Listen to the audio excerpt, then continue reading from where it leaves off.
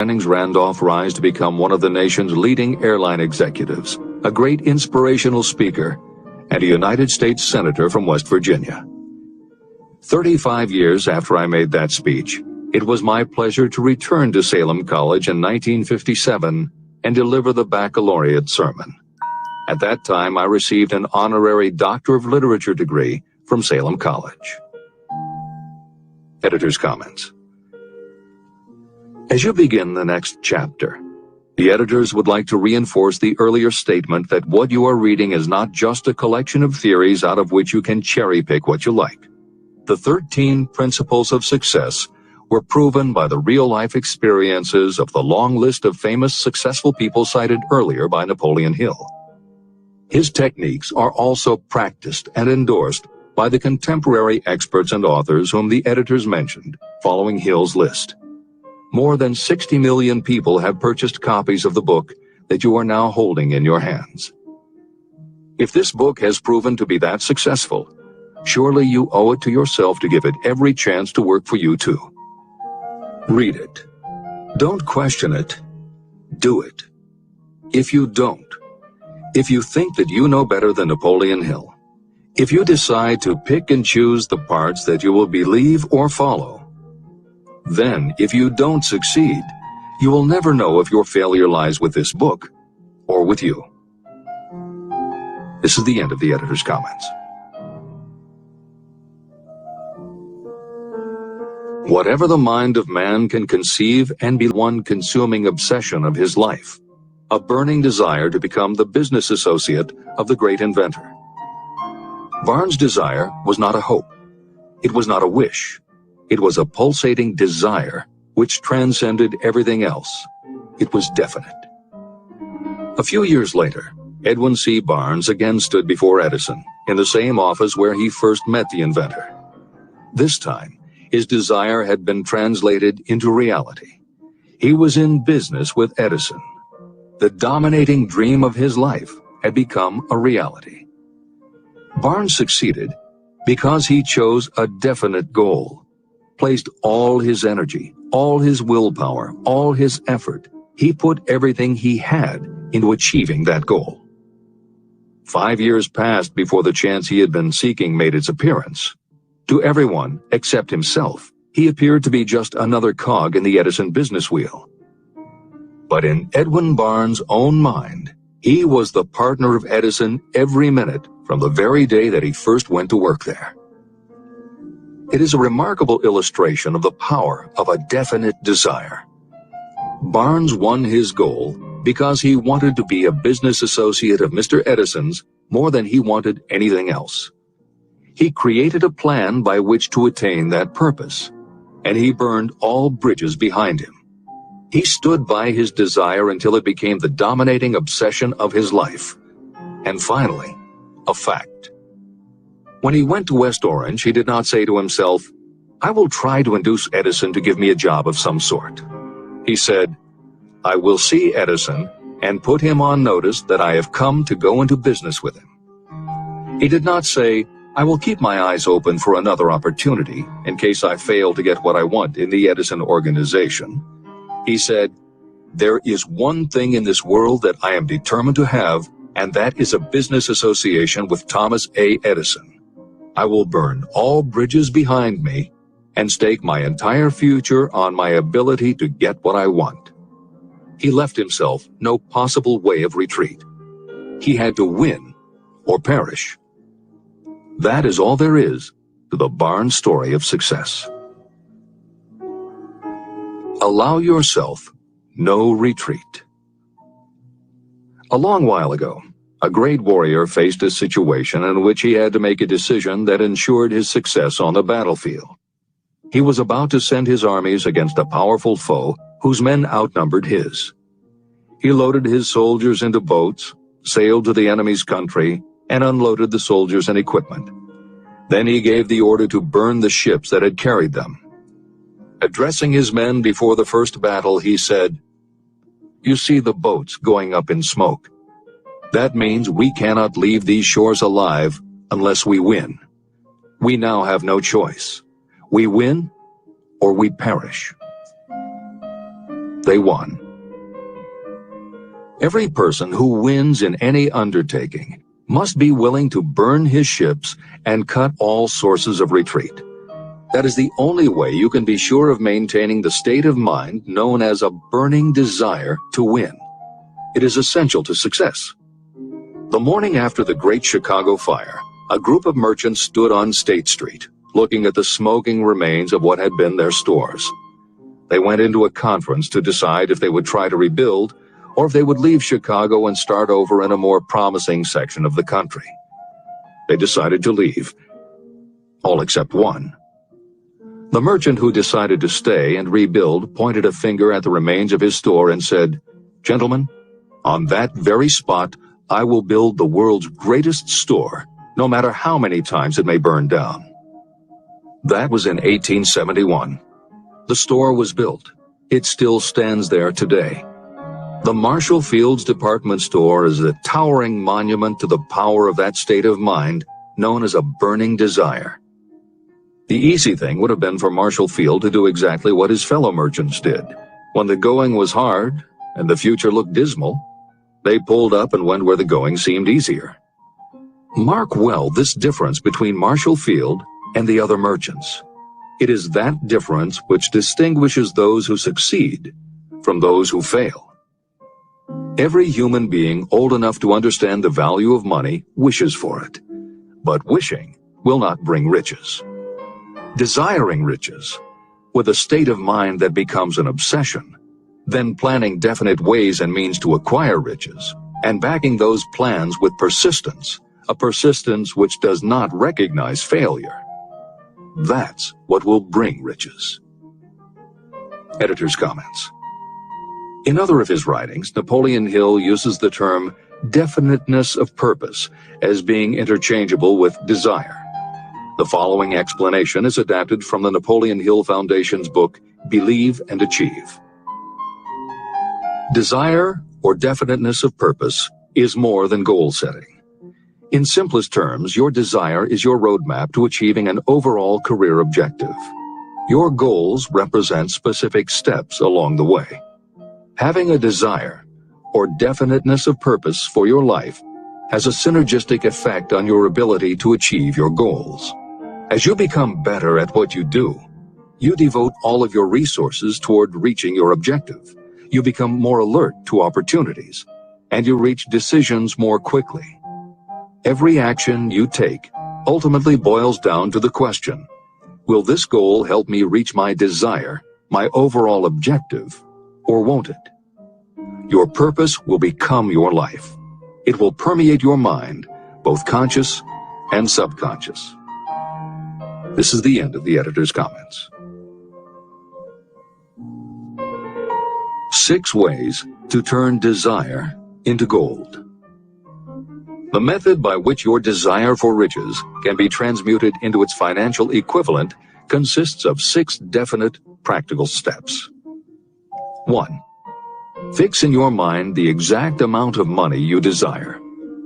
It is not sufficient merely to say, "I want plenty of money."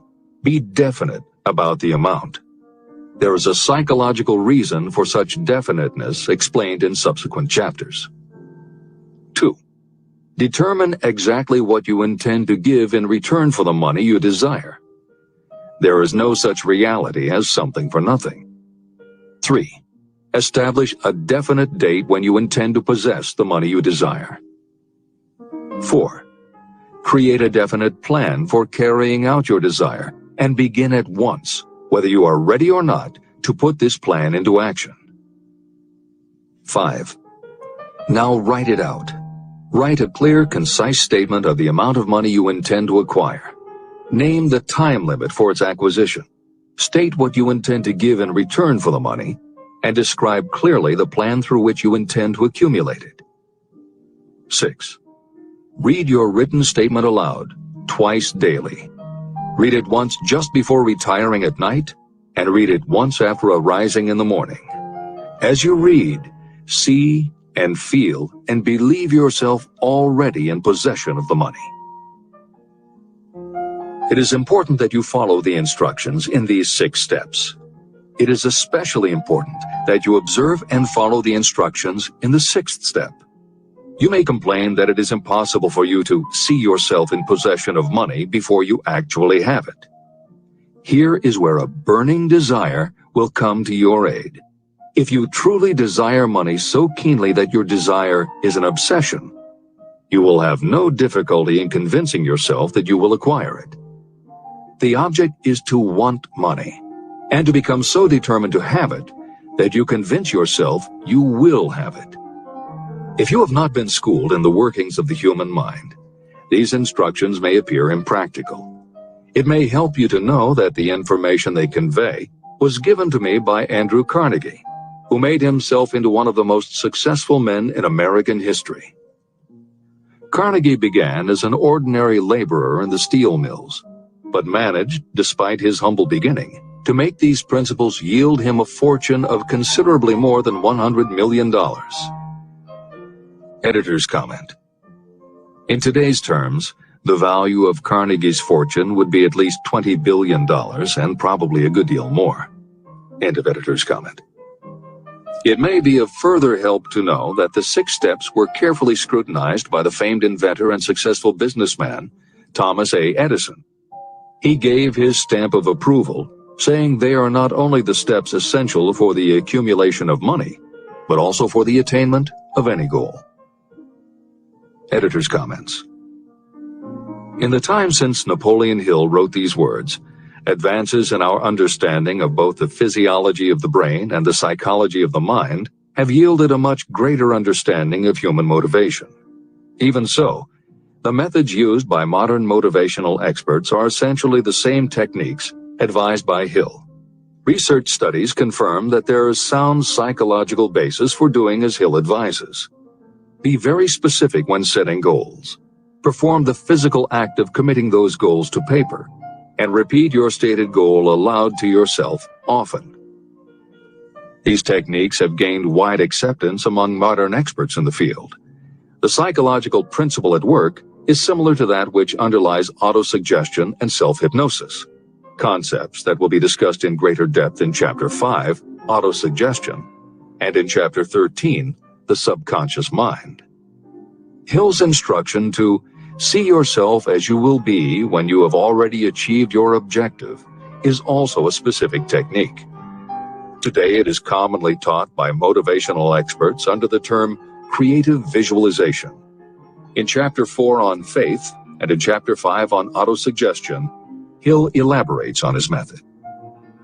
Before moving on, the editors would like to reinforce Hill's advice to follow his instructions to the letter. The editors know there is a tendency for the reader to assume that it is enough for them just to intellectually understand a concept. As you read Hill's 6 points, you probably found yourself thinking, sure, some people might need to write things down, but I'm not a kid, I get the idea. Or, okay, I understand that saying it out loud might help some less sophisticated people, but I already understand the point intellectually. If you feel that way, let us remind you that many of the most successful people whom you admire did not think they were too smart or too sophisticated to follow Hill's instructions. The editors would again point out that if Napoleon Hill believed the actual acts of writing and speaking your goals is important, and if psychologists and motivational experts agree, then you would be foolish not to follow this simple advice. Just do it. This is the end of the editor's comments. The steps call for no hard labor. They call for no sacrifice.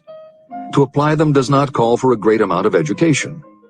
But the 6 steps do call for enough imagination to see and to understand that the accumulation of money cannot be left to chance or luck. You may as well know right here that you can never have riches in great quantity unless you can work yourself into a white heat of desire for money and actually believe you will possess it.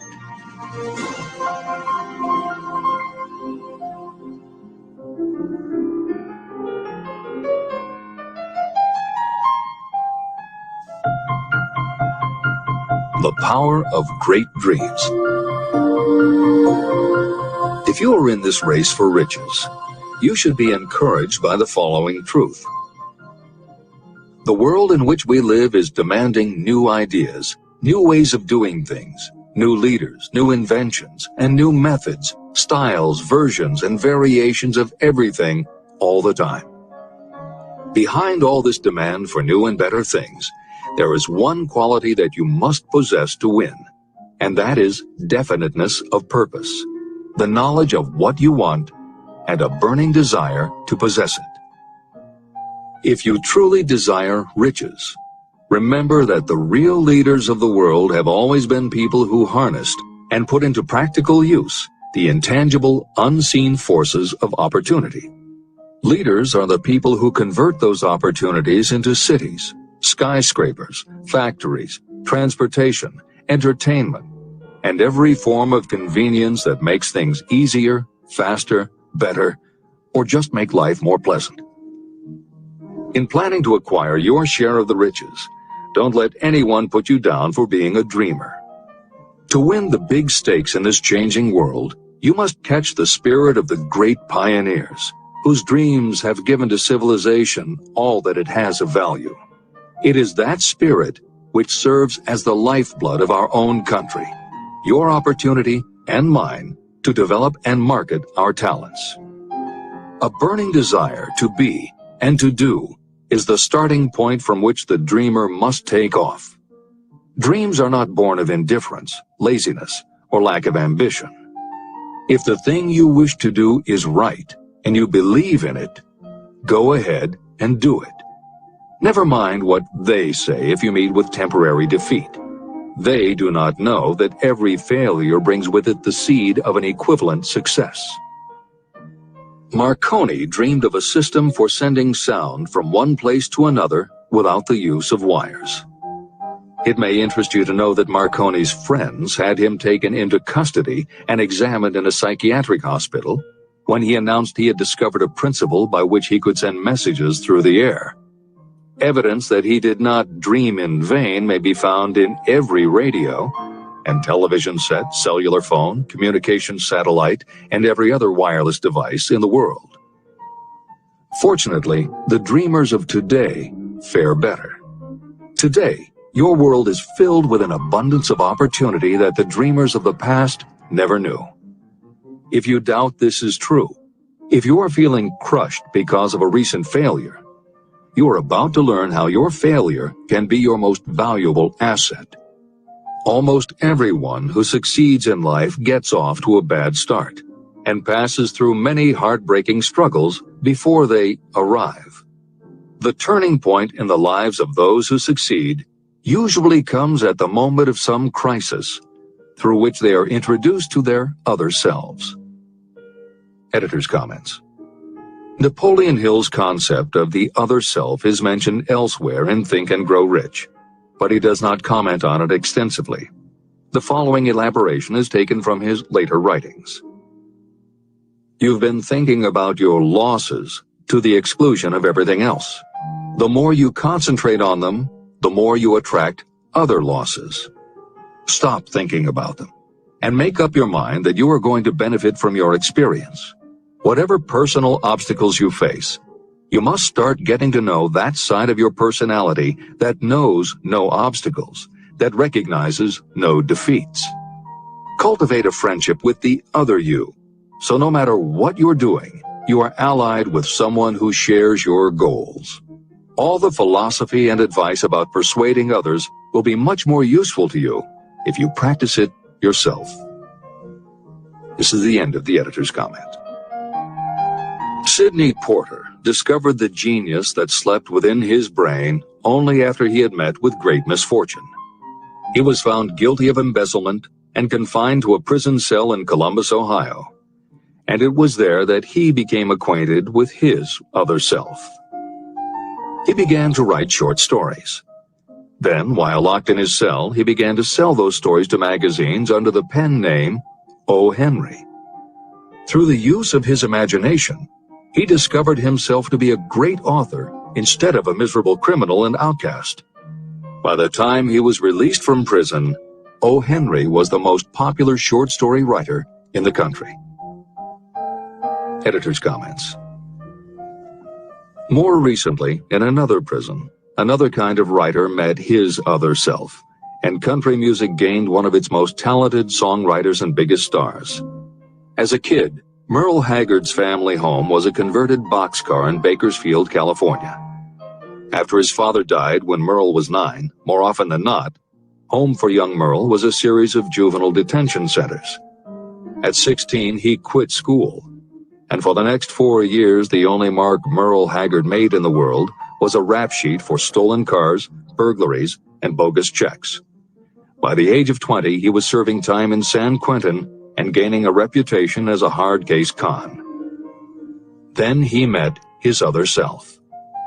Inspired by a concert Johnny Cash played for the inmates, plus conversations with men on death row and the time he spent in solitary confinement, Haggard learned that he had another self, and that self had something to say through his music. When he got out of solitary, Haggard asked for the hardest job the prison had to offer. He enrolled in night school courses at the prison, straightened himself out, and won his parole after 2.5 years. He went back to Bakersfield and dug ditches during the day so he could polish his songwriting and performing at night. Within 3 years, he had a recording contract. Within 5 years, he had his first top 10 hit, and has become one of the most influential voices in modern country music. This is the end of the editor's comments. Thomas Edison dreamed of a lamp that could be operated by electricity, and he began where he stood to put his dream into action. He failed more than 10,000 times. Despite his failures, he stood by that dream until finally he was driven to the discovery of the genius that slept within his brain. Editor's comments. Dean Kamen got to know his other self very early in life. While he was a teenager, Kamen started his own company, building and selling control systems for automated sound and light shows. He was still in high school when he got the contract to automate the Times Square New Year's Eve ball. Though he went on to attend university, he never bothered to graduate because he was too busy working on something he called auto syringe, the first wearable infusion pump for administering drug therapies. His invention was hailed as a medical landmark, as were many of his other breakthroughs, which include a revolutionary kidney dialysis machine, an insulin pump for diabetics, an improved stent used for heart patients, and more than 150 other devices he has patented. One day, seeing the difficulty a man in a wheelchair was having getting up a curb, Kamen set his mind to creating a device that would liberate people confined to wheelchairs. The result is the iBot, a revolutionary wheel device that uses computers and a system of stabilizing gyroscopes that imitate the working of the human body. It not only goes over curbs, but it will even go up and down stairs, travel over almost any kind of rough ground, and will allow the user to raise themselves eye to eye with a standing person. And it does it all without the user having to get out of the device or needing anyone's assistance. In 2001, Kamen hit the front pages when he introduced the Segway, a one-person people mover based on his iBot technology. It's a two-wheel scooter-like device that zips and zooms forward, backward, left, right, and comes to a stop without the rider doing anything more than barely shifting his or her body. It is so sensitive that it is almost as though it obeys the user's thoughts. The Segway may be a world-changing invention, with possible applications for work and travel that stagger the imagination. As this is being written, the Segway is already being used to navigate large warehouses and is being tested by police departments and postal employees. While traffic cops and City Hall wrangle over whether the Segway belongs on the sidewalk or the road, Dean Kamen is dreaming a new dream. This time, the dream is an invention that may literally bring light to some of the darkest corners of the earth. Kamen has developed a non-polluting electric generator that can use almost anything as fuel. But here's the extraordinary part. He has created a revolutionary closed system so that the engine's heat is used to purify 10 gallons of drinkable water every hour. This amazing invention could bring safe drinking water to parts of the world where contaminated water kills millions, and at the same time, it will provide a source of cheap, reliable electric power. Dean Kamen is not some academic hidden in a lab somewhere. Kamen is an inventor. But like Thomas Edison, he is also an entrepreneur and businessman, creating and marketing devices that are changing the public perception of what an inventor is. This is the end of the editor's comments. Henry Ford, poor and uneducated, dreamed of a horseless carriage. He went to work with what tools he possessed without waiting for opportunity to favor him. And now evidence of his dream belts the entire earth. He put more wheels into operation than any man who ever lived because he was not afraid to back his dreams. Editor's comments. Stephen Jobs and Steve Wozniak, two university dropouts, dreamed of making and selling computers that the average person could use. Like Ford, working with the tools they possessed, they built the first Apple computer in the Jobs family garage. And like Ford, they weren't afraid to back their dreams. After showing their prototype to a local retailer, they got an order for 25 machines. Jobs sold his Volkswagen, and Woz sold his expensive Hewlett-Packard scientific calculator to raise $1,300 to start their new company. They took the money, convinced the local electronics suppliers to grant them a line of credit, and started production of the Apple I. They revolutionized the computer hardware and software